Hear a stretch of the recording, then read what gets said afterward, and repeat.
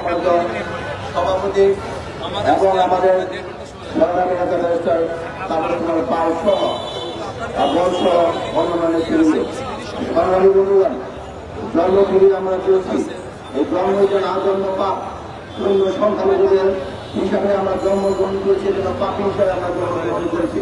সারা বাংলাদেশের প্রেক্ষাপটে আমরা যদি দেখতে পাই যে আমরা 1971 আগস্ট থেকে দেশ বিভাগের পর থেকে কিন্তু আমরা শিকার হয়ে যাচ্ছি।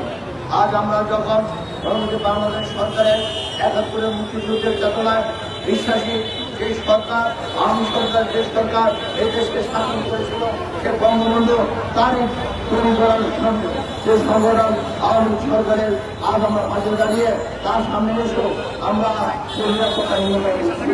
এটা জাতীয় কাছে প্রশ্ন। সংগ্রামী বন্ধুগণ, অভিজ্ঞ সাংবাদিকবৃন্দ এবং বিভিন্ন আমাদের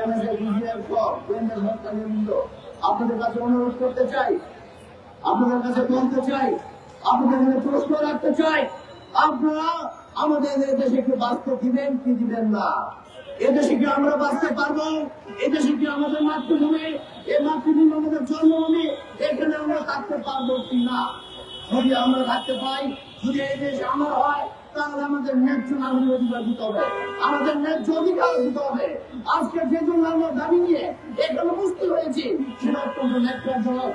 আমরা এই সরকারের একজন কর্মীর কাছে, এই সরকারের একজন কমিশনের কাছে এই ধরনের আশা ব্যক্ত করে নাই। তাহলে জাতির কাছে প্রশ্ন হচ্ছে, আজকে কেন হরিজনদের উপর আক্রমণ? তারা কি বেশি এসেছে? তারা কি রোহিঙ্গা? তার অন্য দেশে তারা এই দেশের নাগরিক, এদেশে তারা জন্মগ্রহণ করেছে, বাঁচার অধিকার তাদের রয়েছে, বসবাস করে তাদের রয়েছে, তাহলে কেন তাদের উচ্ছেদ হয়েছে? যেখানে মাননীয় হাইকোর্ট আদেশ দিয়েছে, সেখানে স্টে অর্ডার করা হয়েছে, তারপরও কেন তাদের কাছে আক্রমণ করা হলো?